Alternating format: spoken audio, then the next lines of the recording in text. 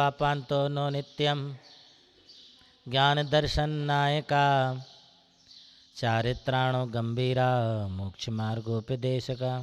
मैं आचार्य प्रवर श्री महावीर कीर्ति जी महाराज एवं उनके प्रथम परम शिष्य परम पूज्य सन्मार्ग दिवाकर वात्सल्य रत्नाकर अष्टांग निमित्त ज्ञान श्रोमणि आचार्य प्रवर श्री विमल सागर जी महाराज के चरणों में आज अपना नमोस्तु निवेदित करते हुए उनकी 100वीं जन्म जयंती के उपलक्ष्य में आयोजित इस कार्यक्रम और समारोह की सफलता के लिए मैं अपना मंगलमय आशीर्वाद प्रदान करूं। इन महापुरुष के लिए मैं अपना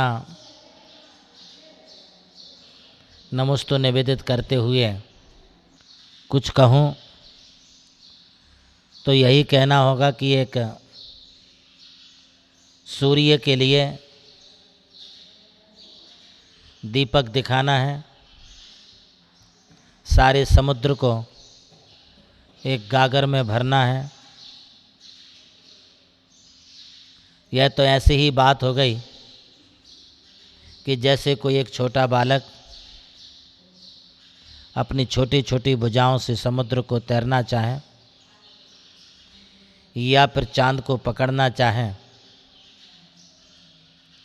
ठीक आचार्य श्री के बारे में कुछ कहना भी एक ऐसी ही बात है। हमारी भारतीय जैन संस्कृति महापुरुषों के जीवन चरित्र से संपूर्ण भरी हुई है। एक युग था जिसे हम तीर्थंकरों का युग कहते हैं और तीर्थंकरों के युग के पश्चात यह पंचम काल आचार्य परमिष्टियों का युग हुआ है। पहली शताब्दी से लेकर के वर्तमान 20वीं शताब्दी तक शताधिक आचार्यों ने इस वसुधरा पर जन्म लेकर हमारी भारतीय संस्कृति को गौरवान्वित किया है। भगवान महावीर स्वामी से लेकर संप्रति आचार्य प्रवर श्री महावीर कीर्ति एवं उनके शिष्य सन्मार्ग दिवाकर श्री विमल सागर जी महाराज पर्यंत शताधिक मुनिराजों ने अपने कर्तृत्व और व्यक्तित्व से सिर्फ देशवासियों को ही नहीं बल्कि समूची समष्टि के जीव मात्र के लिए अपने दिव्य उपदेशों से, अपने दिव्य आचरण से, अपनी मंगलमयी पुनीत चर्या से, अपने चारित्र संयम और तपोबल से असंख्य जीवों का कल्याण किया है। आचार्य विमल सागर जी महाराज इस युग के एक महान आचार्य हैं। यदि मैं ये कहूं कि आचार्य विमल सागर जी महाराज अपने काल के एक विशिष्ट आचार्य थे, उनका काल, उनका व्यक्तित्व, उनका युग आचार्य विमल सागर जी के काल, आचार्य विमल सागर जी के युग के नाम से जाना जाएगा, जिन्होंने अपने जीवन काल की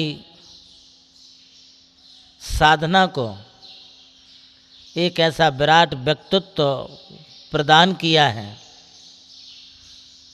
जिसे आज देश का हर जैन जैनेतर बच्चा सुनने के लिए लालायत हैं। जिन्होंने आचार्य श्री को बहुत नज़दीक से देखा है, सुना है, मैं समझता हूं कि उन्होंने आचार्य श्री को नहीं बल्कि आचार्य श्री के रूप में साक्षात अरिहंतों को देखा है। सहज निष्प्रह बीतरागमयी दिनचर्या, जिनकी दिनचर्या ब्रह्म मुहूर्त से लेकर के और रात्रि तक अनवरत साधुचर्या के रूप में बीतती थी। एक ऐसा आचार्य जिन्होंने अपने जीवन काल के, दीक्षा काल के, संयम काल के बहुत सारे दिनों को सिर्फ तपस्या में व्यतीत किया है। उनका हर पल पल आत्म कल्याण के साथ साथ जीव के कल्याण के लिए था। जब वो चलते थे तो ऐसा लगता था मानो साक्षात कोई रिद्धि संपन्न आत्मा इस पृथ्वी पर विचरण कर रही हो। जब वो बोलते थे तब ऐसा लगता था मानो इस युग का कोई तीर्थंकर अपनी दिव्य देशना से मुखरित होकर के प्राणी मात्र के लिए उद्बोधन दे रहा हूँ। जब वो आहार करते थे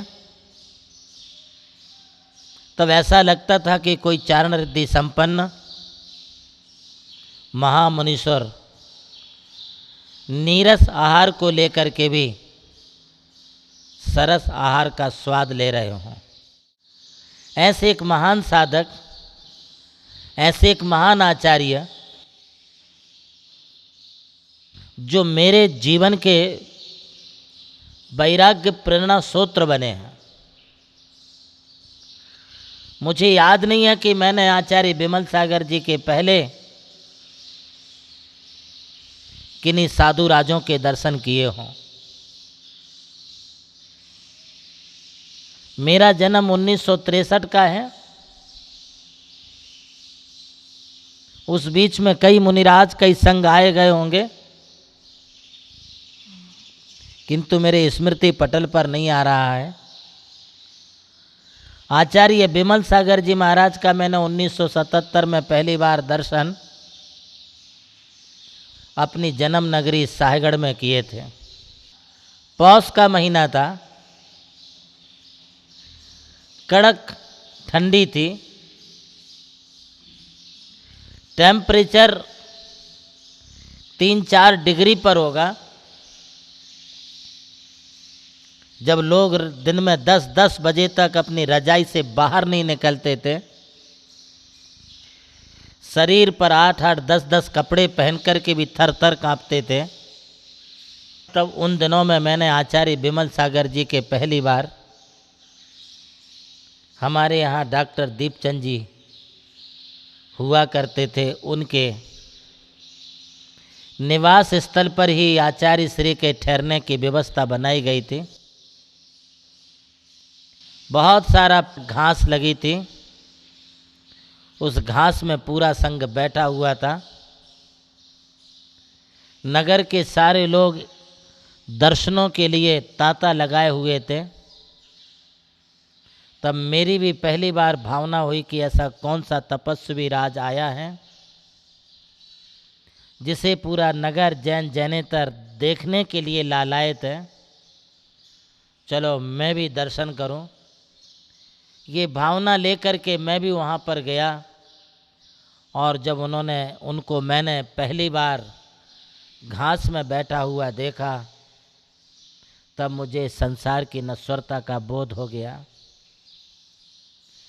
सूर्य के समान दमकता हुआ, चमकता हुआ उनका शरीर, उन दिनों में मुझे एक तेज ऊर्जा चैतन्यता प्रदान करने लगी, अंदर से झकझोरने लगी, हे आत्मन,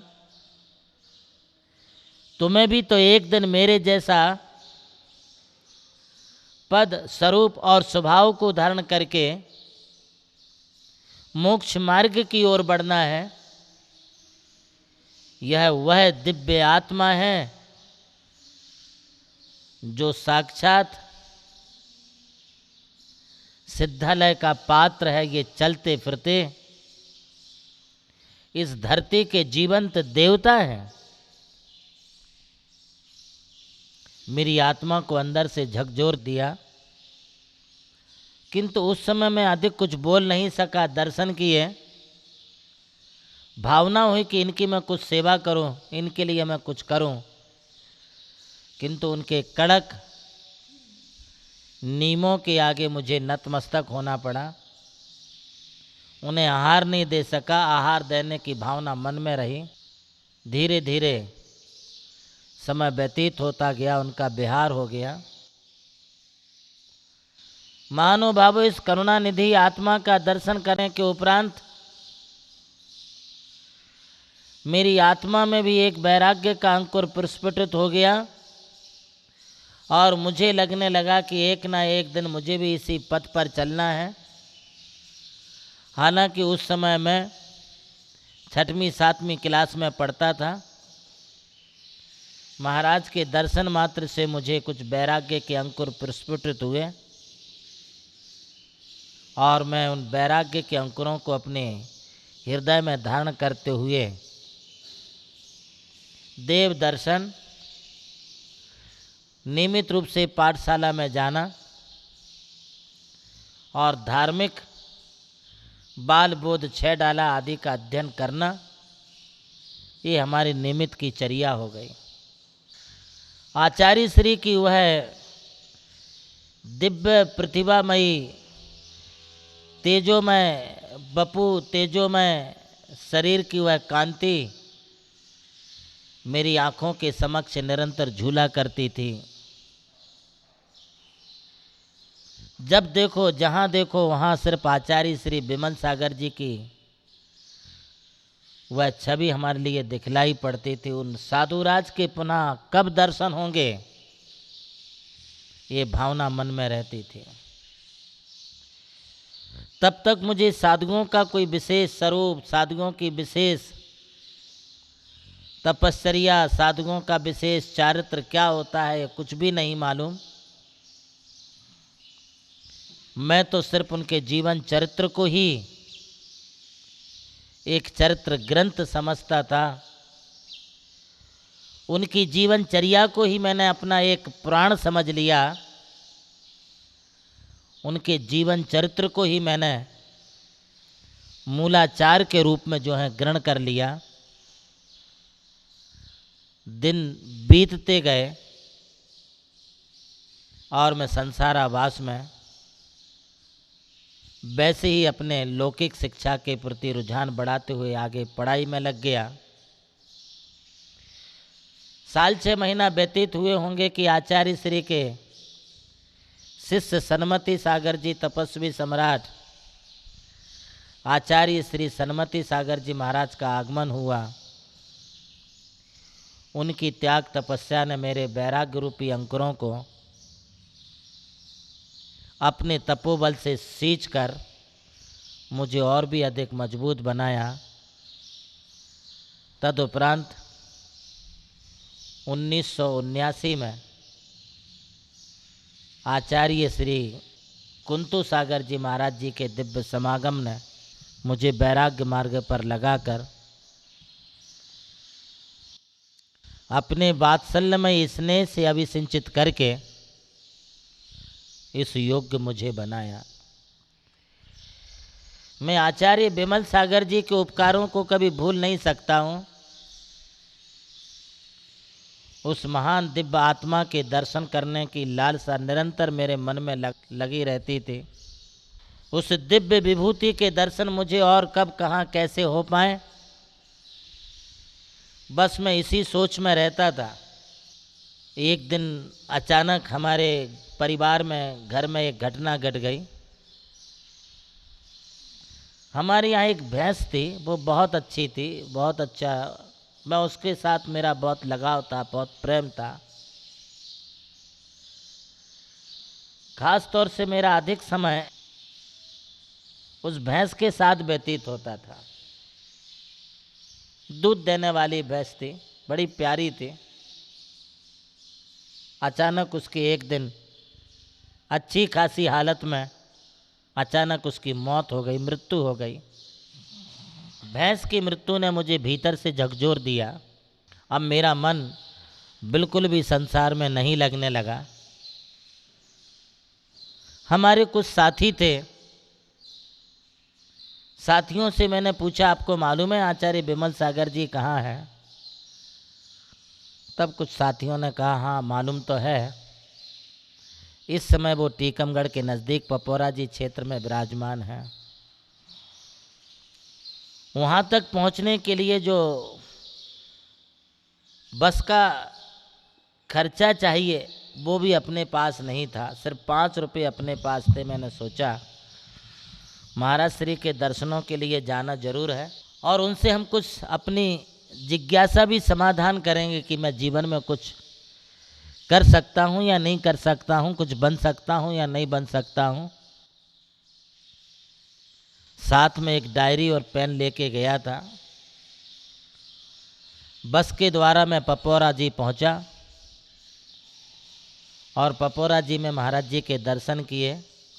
छोटी सी नोटबुक में अपना एक प्रश्न लिख दिया, मैं जीवन में कुछ कर पाऊंगा या नहीं, कुछ बन पाऊंगा या नहीं।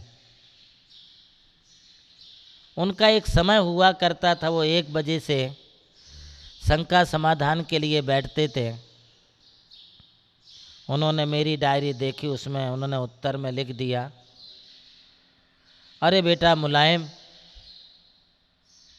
तेरे घर में भैंस मर गई है, उसकी वजह से तुझे मन में गहरी चोट पहुंची है, तू वैराग्य भाव को प्राप्त हुआ है और तू अपने जीवन में संन्यास लेकर के एक अच्छा साधु बनेगा, जैन धर्म की अप्रतिम प्रभावना भी करेगा। इसके लिए तुम रोज नमोकार मंत्र जपो, मंदिर जाओ, भगवान का नित्य नियम से अभिषेक करो, पूजा करो और अपने खान पान का विशेष रूप से ध्यान रखो। साथ में उन्होंने एक मंत्र भी लिख के दिया, इसकी तुम जाप करो, तुम्हारा लक्ष्य पूरा होगा।